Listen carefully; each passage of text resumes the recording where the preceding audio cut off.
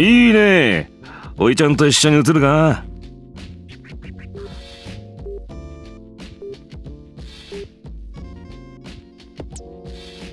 He was about to offer his agreement, but Motomi threw an arm around his shoulder without waiting for his answer, then used his other arm to pull Kizuki over. 俺も？いいじゃねえか。お知り合いになった記念に。行くよーって、アキラもっと笑ってよ。はい、撮るよ。 There was a brief flash, brighter than the lights illuminating the floor, and he heard the sound of the shutter. Akira hardly ever smiled to begin with, so chances were that the photograph would show him looking sullen. Kizuki had technically been smiling, but expression was obviously forced. お前さんたち何か飲むか。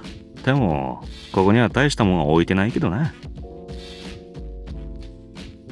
Motomi crossed the stub of his cigarette on the table, then took a cigarette case out of his jacket and glanced across the dance floor.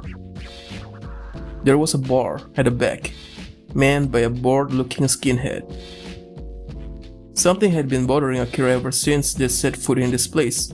Something about the igra participants, the men who were wearing tags. It was the look in their eyes, clouded yet clear. He couldn't really describe it, but he'd seen eyes like those in the CFC on people who'd use drugs to amplify their strength. The drugs bought them a few brief moments of glory, but in the end, it invariably destroyed them. The children born during the war had neither memories of their parents nor a reason for living. Raw strength was their only solace. Seeking greater strength, they used drugs like candy. They didn't feel like they were doing anything wrong. They hadn't been taught to feel that way. Some went crazy from overdoses. Akira had seen a man bite off his own fingers and drink the blood. Nearly every fighter in this place had the same eyes as that man. As he surveyed the room, Akira noticed two men at a corner, behaving strangely. あれは。Two men were huddled together, one bare-chested and covered in tattoos, the other wearing a black leather blazer. They were each holding an ampule about 10 centimeters long, filled with a clear liquid. As he watched, they broke off the tops of their respective ampules, threw the liquid into plastic droppers, tilt their heads back, and sprinkle a drop or two onto their tongues. Then, they closed their eyes as though waiting for something to arrive. At last, the fins began to bulge on their necks, arms, and shoulders, faintly, at first then more sharply defined. Blissful smiles played on their lips. Their eyes had clouded glitter of addicts. ああ、あれはラインだな。Motomi narrowed his eyes and sucked at his cigarette while answering. ライン？ここじゃ当たり前のように出回ってるリキッドタイプのドラッグだ。一二滴舐めれば神経が高ぶり、疲労感がなくなり、体が軽く感じられ、筋力もついたような気分になる。特別他のドラッグと何かが違うってことはないのか？ At his blaster hounds, Akira had heard people claim that the drug from Toshima could work wonders. But what Motomi had just described sounded like every other upper, and that didn't square with his fame. 気分になるだけだったらね、同じなんだけどね。Rein spoke with a knowing smile. Perhaps because he wasn't used to this topic, Kisuke was listening with rapt attention. ラインは他のドラッグとは決定的に違う部分がある。気分だけでなく、本当に肉体能力と精神力が増幅されちまうのさ。本当に？実際に強くなるってことか？ああ、当然一時的なものではあるんだがな。それに依存性が高い。禁断症状も強く出る。だが、イグラの禁止事項にドーピングなんてない。参加するやつなんてのは、鼻からドラッグ漬けみたいなのが多いからな。奴らにとっちゃ使わない手はないんだろうよ。This reminded Akira of something he heard from Ace and D.A guy who'd never won a single blaster fight suddenly began scoring consecutive victories. A month later, he was found dead in his home.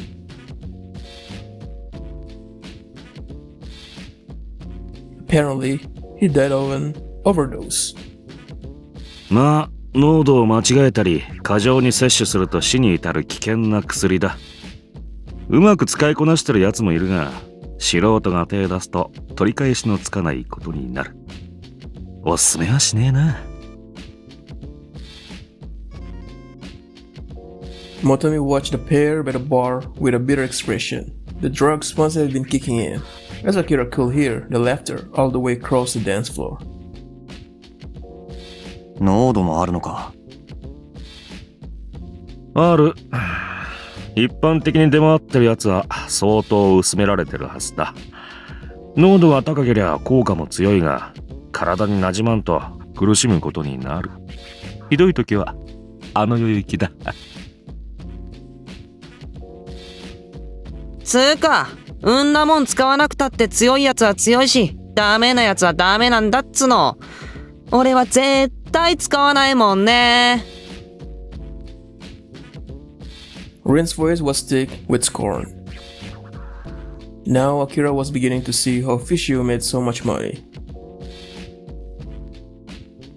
As long as Il-Ray remained undefeated, people would keep joining Igura, and most would use Rein in order to win. It was a well-crafted system, he thought.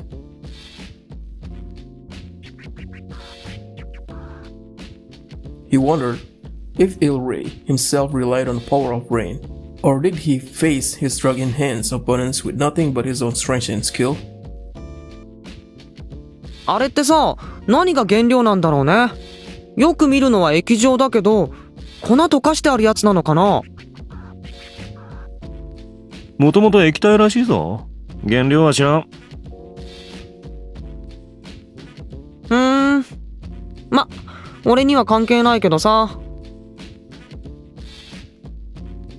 Rein raised both arms in a big stretch.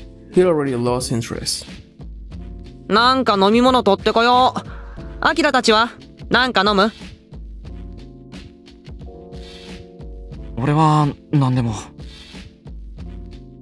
ビール。アキラは？いい。はいよーっと。Folding his arms behind his head, Rein cut across the dance floor through the flood of bass and light.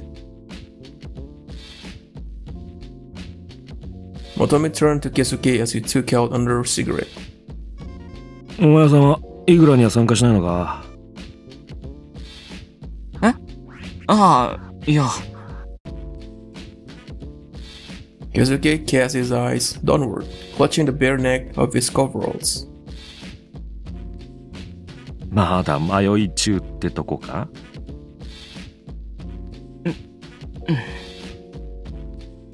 ？Keisuke felt silent. After studying him for a moment, Motomi turned away and exhaled a bit of smoke. どっから来たんだ、二人は。CFC だ。おお、CFC っていや、ブラスター発祥の地だな。やってたのか？ああ。ブラスターね。Motomi rubbed his jaw as if considering this. Finally, he gave Akira and Keisuke a sidelong glance. ガキの遊びだな。イグラとはまるで違う。ブラスターの延長のつもりで参加すると泣きを見ることになるぞ。まあお前さん、アキラだったか。もう参加してるようだが、目当ては麻薬王の地位と名誉か？いや、飽きただけだ。Akira left it at that. He wasn't about to reveal his true reason for being here. Motomi studied him quietly. He could feel that deceptively placid gaze watching for the slightest change in his expression. 飽きたね。ブラスターは確か殺しは禁止だったな。人殺しでもしてみたくなったが？ん？ His tone could have been interpreted as either mocking or provocative. When Akira looked askance, Motomi grinned and blew a cloud of smoke. ま、参加しちまったもんはもう止めようがないがな。リタイアはできん。あとは死ぬか勝ち上がるしかない。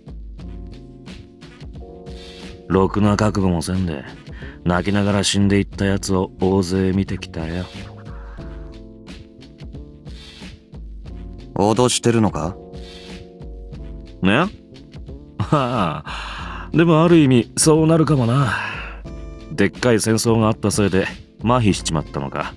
最近はスリルだなんだって深く考えずに死に急ぐやつが多すぎる。所詮は赤の他人だから関係ないんだが、覚悟を決めて飛び込んできたならまだしも、死にたくないって言いながら死んでいくのを見るのは忍びないからな。説教臭くなっちまった。Motomi smiled bestfully and scratched at his temple. His eyes narrowed when he smiled, giving him a friendly appearance. とにかく参加するからにはそれなりの覚悟を決めろってこった。運が悪けりゃここ出て3秒後には襲われて殺されるかもしれないんだからな。そっちのお前さんも別に止めはしないがな。悩んでるならもうちょっとよく考えておけよ。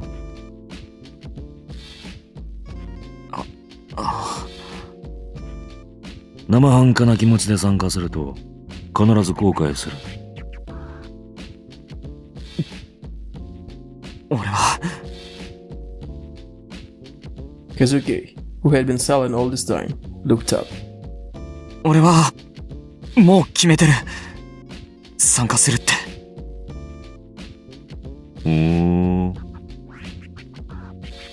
Motomi tapped the ash from his cigarette as he gazed expressionlessly at Keisuke. ずいぶん思い詰めた顔してるが、何か譲れない理由でもあるのか？ある。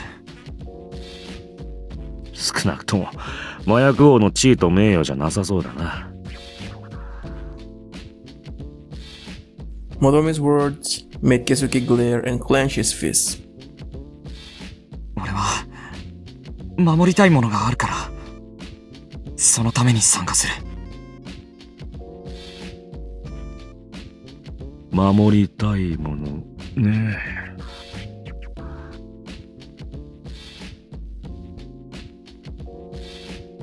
Cigarette between his lips, Motomi folded his arms and narrowed his eyes, watching Keisuke with an unreadable expression. Keisuke seemed to be bracing himself for the next question. 何を守りたい？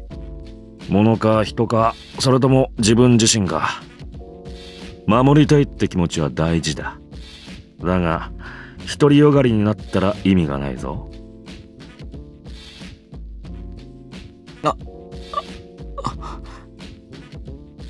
押し付けるだけじゃダメだ。それはただの意地でしかないからな。相手も自分も望んで初めて守る守られるの関係ってのが生まれてくる。それが成り立ってなきゃ一人で気張っても何も守れんよ。Keisuke hung his head, his expression pained, and clenched his fists harder still. The conversation died there, and into the silence surged the waves of an upbeat rhythm that entwined with the deep chest-thumping bass. Out on the floor, beneath the lights, the dancers seemed to change color with each pulse of the beat. そうだったとしても。でも俺は、だからって、じっとしてるのは嫌なんだ。His murmur was lost in the music. 今日会ったばかりの俺が口を挟むのもなんだしな。とにかく腹だけはきっちりくくっとけってことだ。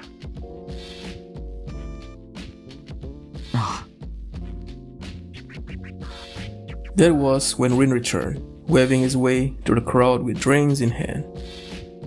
お待たせー。遅かったな。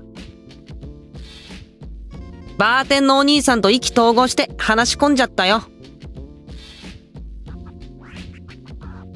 After setting the glasses down on the table, Rein grabbed his own drink and raised it to his lips.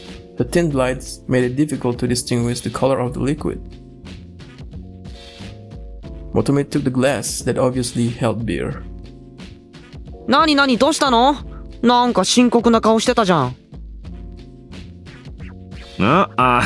ケイスケがな、イグラに参加するつもりだっつうから、おいちゃんがいろいろと忠告してやってたんだ。Rein turned to Keisuke, eyes wide in surprise.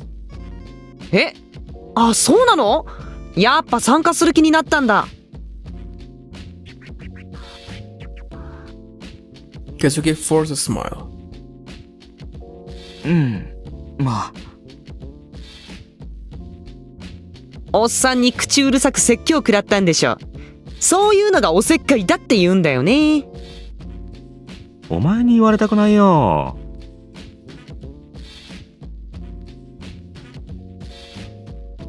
Motomi shook his head ruefully at Rein, then knocked back half his beer. Meanwhile, Keisuke gazed suddenly at Akira. Was there something he wanted to say, or was he waiting for Akira to say something instead? Uncertain, Akira held his tongue. He agreed with what Motomi had said. He himself had tried to tell Keisuke something similar, but after Keisuke had rebuffed his warnings, he resolved to say nothing more on the matter. Besides, the silent pleading act irritated him. If Keisuke had something to say, he should just come out and say it. Reading someone's expression was no easy task. いよいよ CFC と日光連の日本統一問題が深みにはまってきてるからな。内戦が始まるのもそう遠くはないはずだ。そうしたらビスキオは雲隠れするかもしれんが、イグラはまず間違いなく終わるだろうよ。まあね。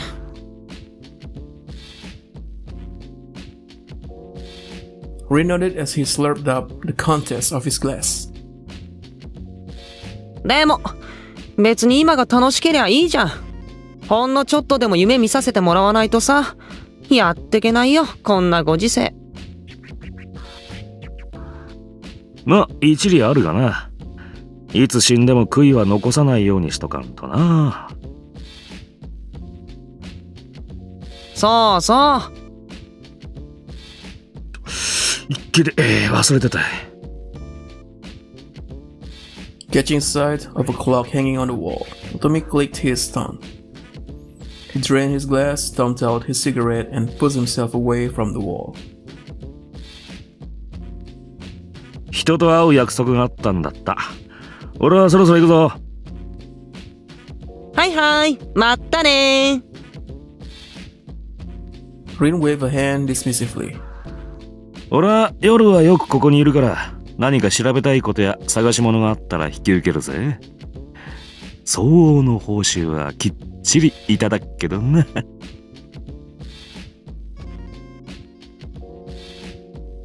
Motomi smiled shrewdly, then rubbed each younger man's hair in turn.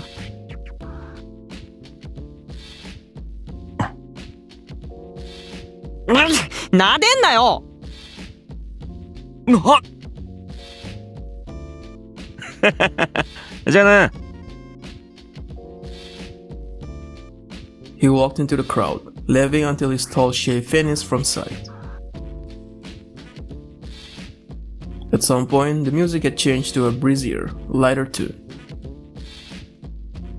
One elbow perched on the table, Rein shifted his gaze back to Akira and Keisuke. ま、あんな感じのうさんくさいおっさんだけど、悪いやつじゃないからさ。多分。確かにうさんくさくはあったかな。ここじゃね、人を信じる気持ちは 70% ぐらいにしといた方がいいよ。平気な顔で嘘つく悪党とかゴロゴロいるからさ。ってそんなの、ここじゃなくてもどこでも一緒か。He could be more right, which was exactly why Akira remained suspicious of him. They made small talk for a while afterward, then went their separate ways.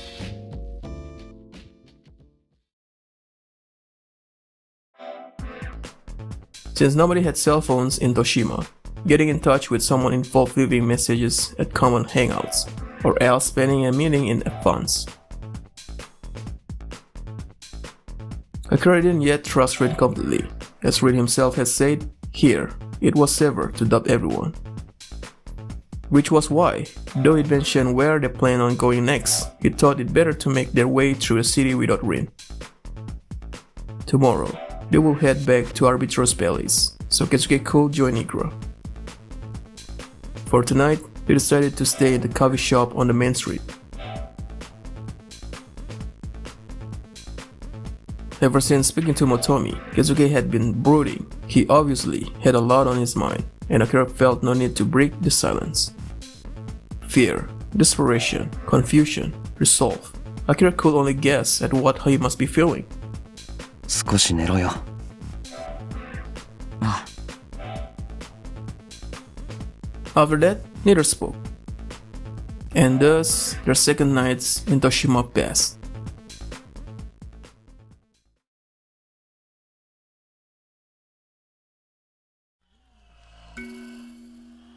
He heard a voice. Calling him? He couldn't say for sure. He didn't know whose voice it was, or if it was a voice at all. Perhaps it was merely a breath of wind. His chest ached. He couldn't see. He was adrift in a sea of emotion. When he tried to think, his thoughts burst into static. It was like peering through the keyhole of a door shut against him. He could glimpse only the tiniest fragment. Back then, if only. Back then. Back when? He didn't know. But the ache in his chest will not go away.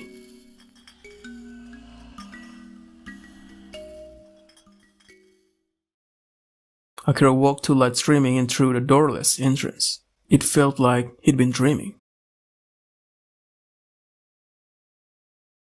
It was probably the usual dream. Sometimes, upon waking, he will be seized by a peculiar sense of déjà vu, He never remembered what it was about, but he was sure he'd seen the same dream countless times. He'd never given it much thought though, it didn't really bother him. He turned to check on Keisuke, who was leaning against the wall, gazing absently at the entrance. 大丈夫か？腹減ったかも。His little smile was stained with exhaustion, but he seemed calm, especially considering how anxious he had looked the day before. Only then did Akira realize that he hadn't eaten a bite since yesterday. His nerves must have made him forget his appetite. He wasn't especially eager to eat, but he decided he'd better put something in his stomach. He removed the food from his bag and passed half of it to Keisuke. あ、グリーンカレー味がある。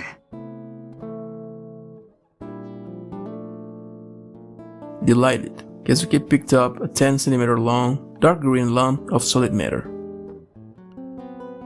These solids were dry foods that had been developed in the famine years after the war. They were essentially an improved version of the nutritional supplements that people had used in the past. They required no preparation and came in a variety of flavors. In addition to being nutritious, they encouraged leptin secretion, which stimulated the satiety center of the brain. They were cheap, healthy, and filling. It was no wonder they'd grown so popular, even if they didn't taste quite the same as real food. アキラはどれにするの？なんでもいい。でもさ、いつもオムライス味食べてない？たまたまだろ。Akira really couldn't care less when it came to solid flavors, but it was true that he'd developed something of taste for omelette rice. If one was available, he would usually take it. For some reason, though he found it embarrassing to have that pointed out, he chewed away in sullen silence. もう結構長い付き合いなのに、俺、アキラの好みとか趣味ってあんまり知らなかったりするんだよな。今のはなんか新しい発見って感じだった。他人の好みとかどうでもいいだろ。そうでもないよ。As Akira concentrated on finishing the solid as fast as possible, he realized that Keisuke had stopped eating. He looked up, Keisuke was watching him, his eyes soft. なんだよ。いや、なんでも。Keisuke smiled, then bit back into his solid. For some reason, he seemed happy.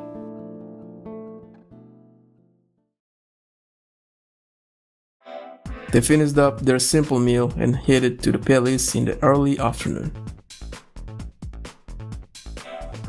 Akira checked his phone just in case, but there was no sign that Emma had tried to contact him. Going from memory, they walked down the same alleys that Rein had led them through yesterday. In the red light district, the corpse of the man killed by the executioners was gone, with only dry bloodstains still clinging to the asphalt. They noticed a small crowd forming in front of their palace. 喧嘩か？ Men with bloodshot eyes pumped their arms, jeering. A brawl was taking place at the center of the crowd.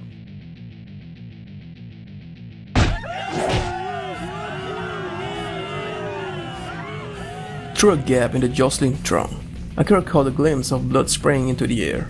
At the same time, the sound of tearing flesh reached his ears. The crowd roared.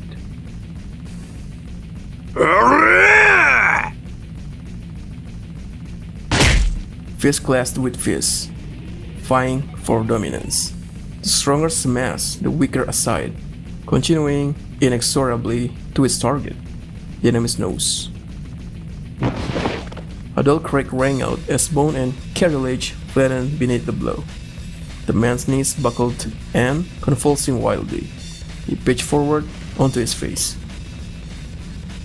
Both fighters were drenched in blood. What Akira and Keisuke had witnessed was the decisive moment when the two men had flung their blades to the pavement and wagered it all on the power of their fists. The spectators were going wild, their eyes blazed with an unnatural heat. If this were Blaster, this was where it would end. Victory belonged to the last man standing. But Igura was different.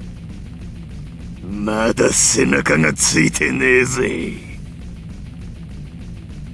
The standing man picked up his knife and licked the blood off his blade.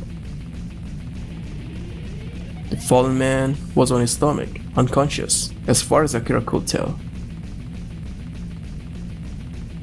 But until his back had touched the ground, the fight wasn't over.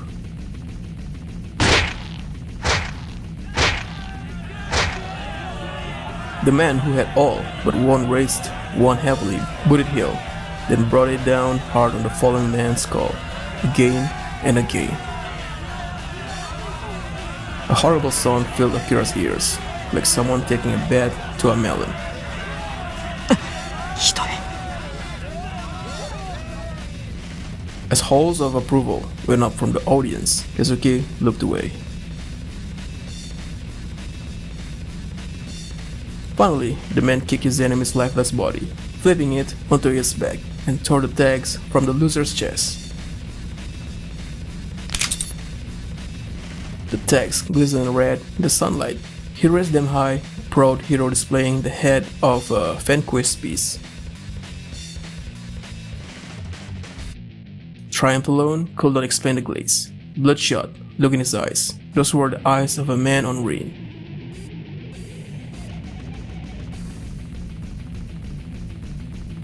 Drugs like that lifted you into another world, a world empty of fear and conscience, of everything but joy and pleasure. A world where stomping a man's head to pulp came as easy as breathing.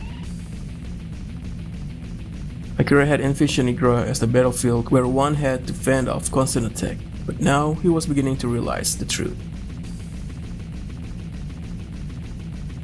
Igura was not a war, but a hunt, where predators lay in wait for prey to sate their hunger. And once the battle started, the hunt became a duel. There was no stopping until one or the other had been reduced to a smear on the pavement. This ritual was sacred here. The smell of blood filled the air around them, enough to numb his brain.